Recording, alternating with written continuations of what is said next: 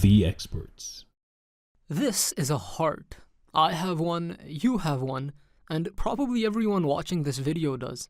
It's something always taken for granted, but perhaps the most consistent and resolute worker found in the universe of biology. Because the heart, it works hard. In an average human lifetime, it beats almost 2 billion times. Intrigued by this vital object, we wanted to meet with someone who's dedicated their life to understanding and bettering this vital organ. Cardiology is the field's name, and cardiologists, its experts. And our expert today brings a fusion of passion, knowledge, and experience to the table. Dr. Eric Horlick, an interventional cardiologist at the Toronto General Hospital, a graduate of McGill University and professor of medicine at the University of Toronto. For me, grade 9, first exposure to anything biologic systems, I said, okay, I want to be a doctor. I didn't know what I wanted to do. I thought I actually wanted to be a heart surgeon. And then I said, okay, well, I'm going to have to, first of all, I'm going to have to do better in school because I'm not that good in school right now. So I kind of just said, okay, well, I'm going to have to work at this. At the time, I had 8 or 9 friends from high school that were all kind of going in the same direction. So we all just decided we're going to do that. I did anatomy and cell biology at McGill, got into McGill medicine, and then did all my training at McGill. Basically, I did internal medicine there, and I did cardiology there, and I came to Toronto to do a fellowship, basically, afterwards. The pressure of university was, I think, the most pressure I've felt in my entire life. Having to do well, sometimes having to know things that I wasn't particularly interested in, but had to succeed in order to have the grades to be in medicine. That was, to me, almost overwhelming in terms of stress. I have to tell you that after university, I was so excited to be doing what I really wanted to do. I just like to just sponge it up. Actually, physically taking care of patients is something I really actually enjoy. And I think that's probably why I like interventions, to be very honest. I never got rid of that. I think medicine you can divide into 2 groups, things that move and things that don't move. Things that don't move is like rheumatology, neurology, and things that move are like heart, lungs, ICU, stuff like that. So I said, okay, I want to do things that move. And then I just thought that cardiac, there was just so much more happening and there was so much progress and so much focus. I thought also, like, you know, when you tell someone something about their heart, they're just really focused on you. They're really kind of focused on that. So I decided to just do cardiology. I kind of liked it. Medicine's going to be a career of lifelong learning. Like, you're going to have to learn. You can't park your knowledge at a certain stage, especially in your fields. I have to learn every week. Like, you know, there's thousands of papers being published a month. I need to know the things that are relevant to me and what's the latest and what's up to date. I would say if I look at my job now, my job has changed 50% since I started.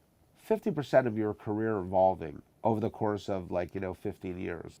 That's pretty substantial. I mean, there were no transcatheter valve therapies when I finished my training. That is something that completely started after I finished. And so we had to learn all of that stuff.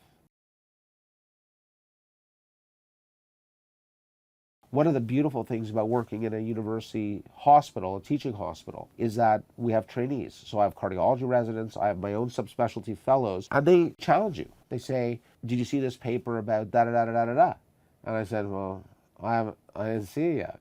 Then I got to go know it because I'm responsible to teach them. I'm responsible to give them an opinion on what I think the quality of that paper is, what do I think the impact on our specialty is going to be. I'm responsible for that. Another real good way to stay up to date is to do research. And, you know, we do a fair bit of research here. And research really keeps you finely honed.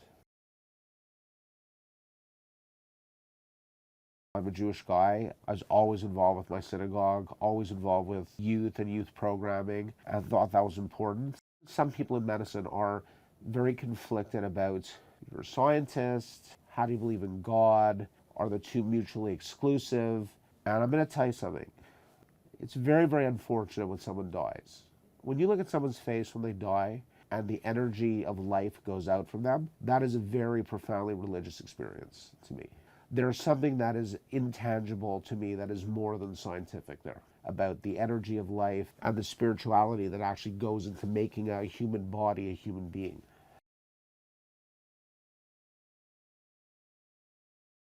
I'll personally state that my own feeling about this is that if you're very, very successful at work and you've let your family fail or you've let your marriage fail, that's a very, very tough sell to me as being you're really successful. Without my wife's support, I could never be successful here, right? Because I spend a lot of time here. My wife is my main consultant, my advisor. I was very powerfully motivated by my father. He left before I got up in the morning and he came home after I got home. He came home late and he worked hard. And like, to me, that was my role model in terms of working hard. If my family's not successful, then I'm not successful. I want my children to come to me and say, Dad, I have this problem. What should I do? So to me, if I lose that and I publish a lot of papers one year or I get a grant or whatever, I don't care about that. So I was very lucky in my career to have a lot of opportunities. Myself and my colleague at Sick is Lee Benson, who's a mentor to me. We're very fortunate to do the first percutaneous pulmonary valve implant in North America. There was a new technology that involved sewing a valve from a cow's neck, from one of their jugular veins, inside of a stent. And actually, instead of doing an operation, going in through a vein in the leg and actually replacing that valve without surgery. The biggest thing in cardiovascular medicine over the last decade is our ability to repair and replace valves without surgery. When you have heart surgery, you generally spend 5 or 6 days in the hospital, and then it takes you 6 months to fully recover from that. Compare that to coming into the Cath-Lab where we were, going into your leg with a big intravenous, replacing the valve, and going home the next day. To me, that's transformative. For the very basic things, right? Is like, how do we prevent patients from having heart attacks? What makes a cholesterol plaque in an artery rupture and cause a heart attack? There's a lot of morbidity from that, a lot of death from that, a lot of people who die before they get into our hands. 50% of people who have heart attacks, they die before they have medical contact. Knowing that would be very powerful, and finding some therapy that we could give people that, for example, would just dissolve cholesterol plaque in arteries, would cure vascular disease. The second big one that I would highlight is probably the treatment of the failing heart. What's a way that we can get the heart to repair itself? Or what's the way that we can restore function so that people have as close to a normal life as possible? It is possible for us to keep people alive for a very long time, but it requires a lot of burden on the family, a lot of burden on the patient. We give them medications. They don't always feel well with the medications. I want people to just feel normal. I don't want them to just be alive. I want them to feel normal. So I think those things are pretty critical areas that need to be addressed.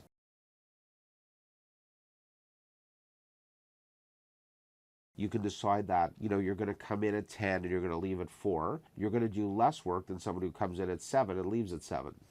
There's no two ways about that. So I'm in for 7 most days. I finish my interventional day at like 6 or 6:30, and then I got to take care of some stuff just to see the patients and talk to the families, etc. And then, I may get home 7:30, 8 o'clock. It's a choice. I tend not to watch any medical shows on TV. I find them funny, some of them. They're dramas and they're meant for entertainment. A lot of medicine is not very exciting and worthy of dramas on TV. A lot of it is just a lot of hard work. I personally like to watch basketball. I'm super happy the NBA restarted, and I'm very happy to do that. You're going to have to dig down and give a lot of yourself. And you got to start at the very beginning, and you're going to have to give a lot of yourself to be competitive, because it's a competitive area profession. And you also have to concentrate on being a well-rounded person and a compassionate person who has life experience that's valuable. Start understanding a little bit more about people, because taking care of patients is taking care of people. If you don't understand what it's like for a mother when she can't take care of her baby because she's sick, it's going to be very hard for you to understand what her concerns are.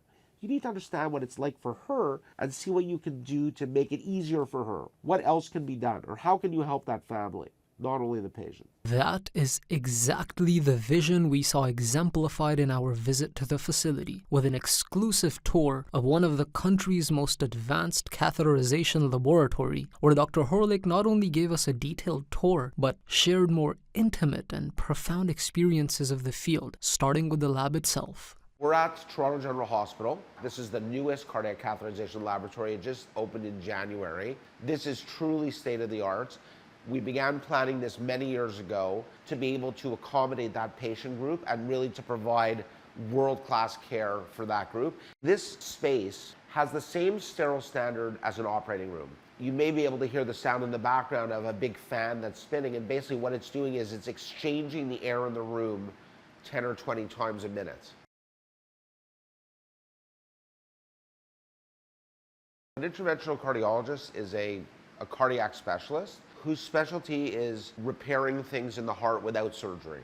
And typically we would use the blood vessels as a way to get to the heart and to repair. On the left side of the heart, we could be repairing a valve or an artery that's blocked. On the right side of the heart, we could be replacing a valve. We could be putting in stents to open up a blood vessel that's narrowed and things like that.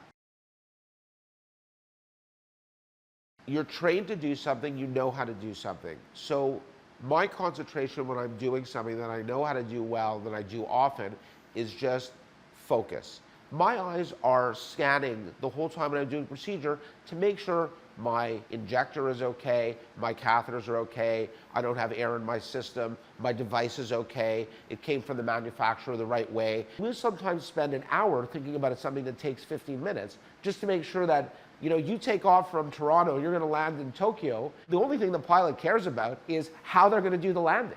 So, we're just planning every single step ahead of time to make sure we're safe, we're accurate, and we hit the shot. Every year, it seems to get harder to get into medical school, and the bar to get in the door gets higher. Does a 4.0 GPA make you a great doctor? No, I don't think anybody would agree to that. But the problem is that when there's a lot of 4.0 GPAs around, in very high quality, kind, compassionate people, there are great, compassionate people who we perceive are going to be great physicians who just happen to be very bright also. And so those are the people who tend to get, their pick. It's an interaction with a patient that I'll remember forever. So there's a man who had cancer as a child and lost his leg at the hip. Young man who developed, as a result of the treatment for the cancer that took his leg, terrible, terrible heart failure. The left side of his heart, the ventricle, didn't pump enough to meet the needs of his body. It was dire. It was dire. And I coach basketball. That's one of the things I do. I coach my son's rep basketball team. I like to coach. I coached him, and every day I would go in there and I would say, buddy, just don't give up. Just fight it. We will get a heart for you. We will find a solution for you. And he got the heart. And whenever I see him in the hospital, we always go towards each other. We hug each other. I'm feeling emotional about it. And he just says, thank you. That's my moment. I think I'm a much better doctor now than when I started. Why? I got married. I have children. My children got older. I have older parents. And I experienced more life. When you're a kid, you're 20, you start. You know stuff, you're knowledgeable, you have good technical skills. You just haven't lived enough to understand the human condition well. People may make a comment that you would brush off, but that's so critical to understanding their place in their illness. Anything in life is about experience and what you bring to the table. I don't care what you do. We got to get this right, because otherwise it's going to be a problem for the rest of the life of this house, okay? No matter what you do, your life experience brings a huge amount to the table. Indeed, for aspiring cardiologists, the true test will be to bring to the table something even better than their predecessors. Nothing in the world of heart health is static, but on a constant slope of innovation and change. And amidst the difficulty of handling life and death is the challenge of retaining the highest character of compassion and kindness. Having a big heart truly makes you better at healing them. In the next episode, we dive into another medical field of micro-intricacy and monumental implications, where a millimeter of mistake sets life apart from death. Join us as we continue our journey of knowledge with the experts.